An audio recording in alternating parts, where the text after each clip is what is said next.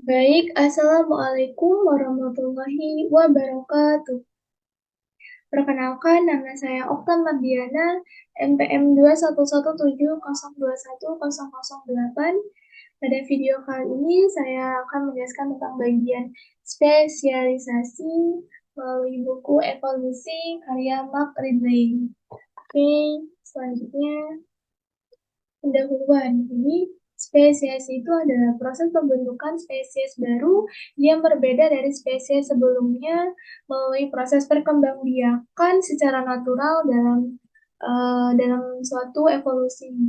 Nah, jadi individu yang awalnya satu spesies karena ada perubahan dalam waktu yang lama dari suatu generasi ke generasi lainnya, maka akan berubah menjadi spesies yang baru. Nah, perubahan spesies yang baru ini dinamakan dengan spesiasi. Lalu ada beberapa faktor yang menyebabkan terjadinya suatu spesiasi. Ada 4. Yang pertama ada isolasi reproduksi, kedua ada mutasi, ketiga hibridiasi, dan yang keempat ada domestikasi. Isolasi reproduksi itu dua spesies yang tidak bisa kawin, tidak dapat menghasilkan keturunan yang dapat hidup dan fertil. Oke, selanjutnya ada 3 syarat terjadinya spesiasi. Yang pertama adanya perubahan lingkungan, seperti adanya bencana alam yang dapat menimbulkan suatu kepunahan massal di muka bumi. Contoh bencana alamnya itu seperti glasiasi dan pergeseran benua. Lalu yang kedua adanya relung yang kosong. Akibat dari relung itu dikenal dengan tempat tinggal. Akibat dari kepunahan massal dari bencana alam, maka akan menimbulkan suatu relung-relung yang kosong. Hal ini menyebabkan relung-relung baru akan terisi kembali sehingga namun dari dalam jangka waktu yang sangat lama. Selanjutnya dan yang ketiga adalah keanekaragaman kelompok organisme.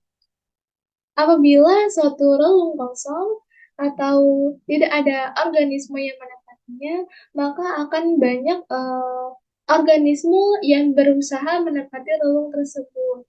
Namun keberhasilan suatu organisme untuk menempati relung tersebut uh, di, ditentukan oleh seberapa besar suatu kecocokan organisme tersebut di tempat itu.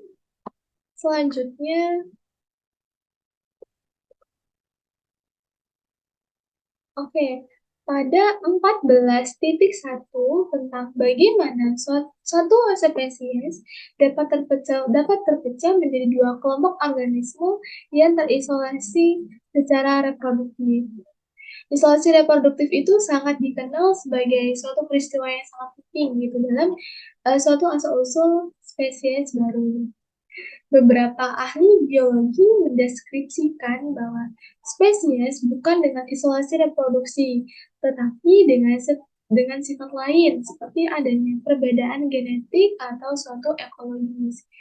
Jadi, pada bab ini akan dibahas mengenai evolusi isolasi reproduksi, yang mana memiliki tujuan untuk memahami bagaimana penghalang kawin silang dapat berevolusi antara dua populasi sehingga satu populasi berevolusi menjadi dua.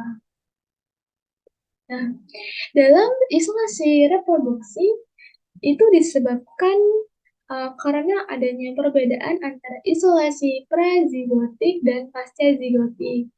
Apa sih isolasi prazigotik itu? Adalah misalnya ada dua spesies yang memiliki pilihan pasangan yang berbeda atau ketika ada musim kawin yang berbeda.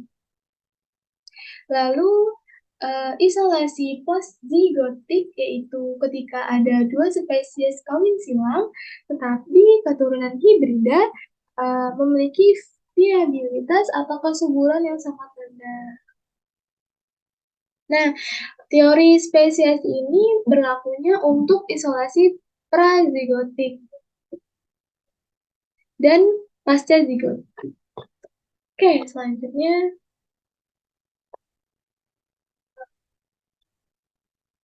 Pada 14.2, spesies yang baru berevolusi secara teoritis dapat memiliki hubungan geografis alopatrik, parapatrik, dan simpatrik dengan leluhurnya. Jika spesies baru berevolusi dalam isolasi geografis dari nenek moyangnya, maka itu disebut dengan spesiasi alopatrik. Namun, jika spesies baru berevolusi dalam populasi yang sangat berdekatan dengan geografis, maka itu dikenal dengan parapatrik. Dan apabila spesies baru berevolusi dalam jangkauan geografis leluhurnya atau nenek moyangnya, maka itu disebut dengan simpatrik.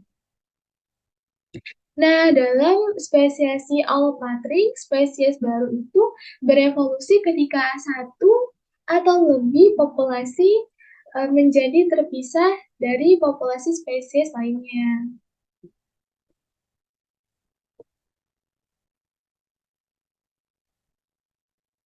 Oke, selanjutnya.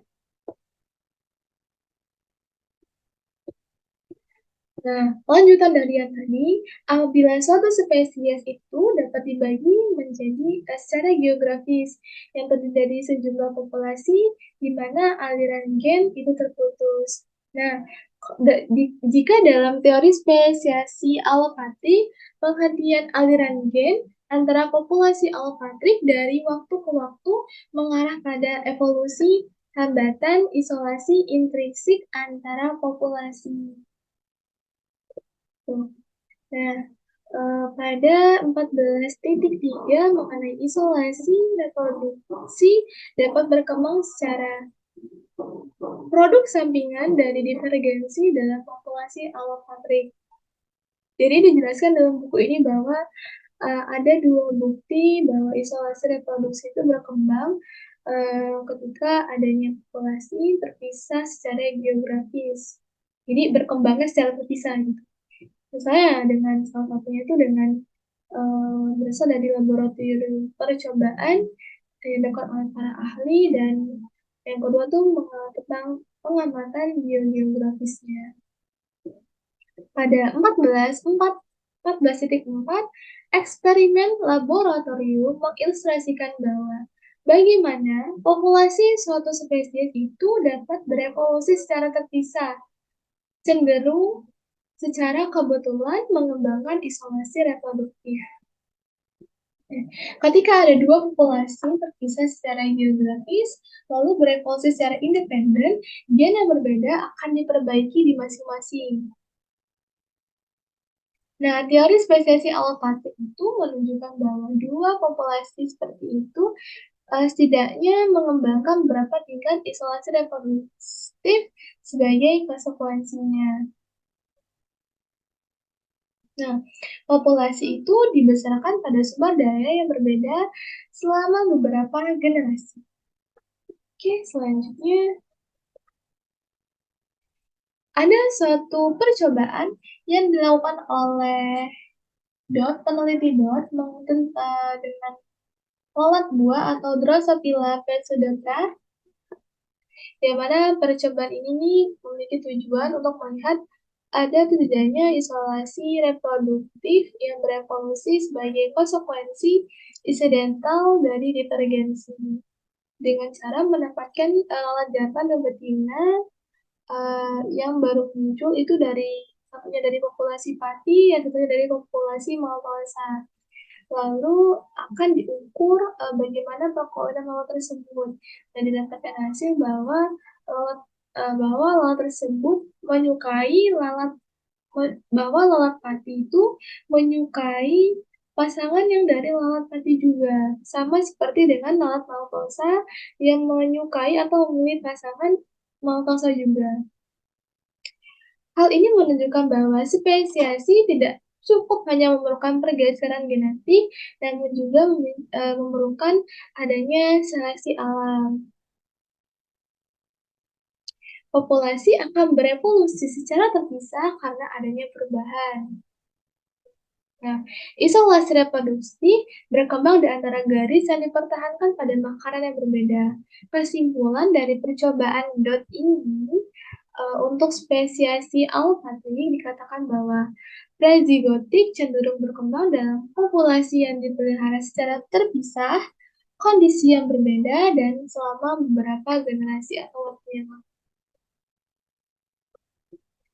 Selanjutnya, pada 14.5 mengenai isolasi prezigotik berkembang karena adanya berkorelasi secara genetik dengan karakter yang mengalami divergensi. Jadi ada kemungkinan bahwa sifat-sifat yang mempengaruhi adaptasi ekologi berkorelasi secara genetik dengan sifat-sifat yang mempengaruhi isolasi prezigotik. Korelasi itu biasanya dipengaruhi oleh dua alasan. Ada peletropi dan hitchhiking. Kalau peletropi itu satu gen mempengaruhi lebih dari satu karakter fenotip organisme. Oke, selanjutnya dan yang terakhir mengenai spesiasi sebagai produk sampingan dari divergensi yang didokumentasikan dengan baik. Jadi memiliki banyak bukti bahwa isolasi reproduksi itu berkembang sebagai produk sampingan dari perbedaan antara populasi yang terpisah secara geografis. Jika populasi terpisah beradaptasi dengan kondisi lokal yang berbeda di alam, maka konsekuensinya adalah melakukan evolusi isolasi reproduksi. Nah, dari buku yang saya baca tentang evolusi reproduksi ini, didapatkan bahwa sebagian besar hipotesis yang telah dilakukan, namun dengan sedikitnya penelitian bahwa pada isolasi prezigotik. Setelah diteliti secara luas melalui genetik dan dipahami secara baik, secara empiris maupun teoritisnya. Oke, terima kasih banyak. Mohon maaf apabila ada kesalahan, kekurangan kata, dan kekurangan dari video presentasi saya. Saya mohon maaf. Saya akhiri. Wassalamualaikum warahmatullahi wabarakatuh.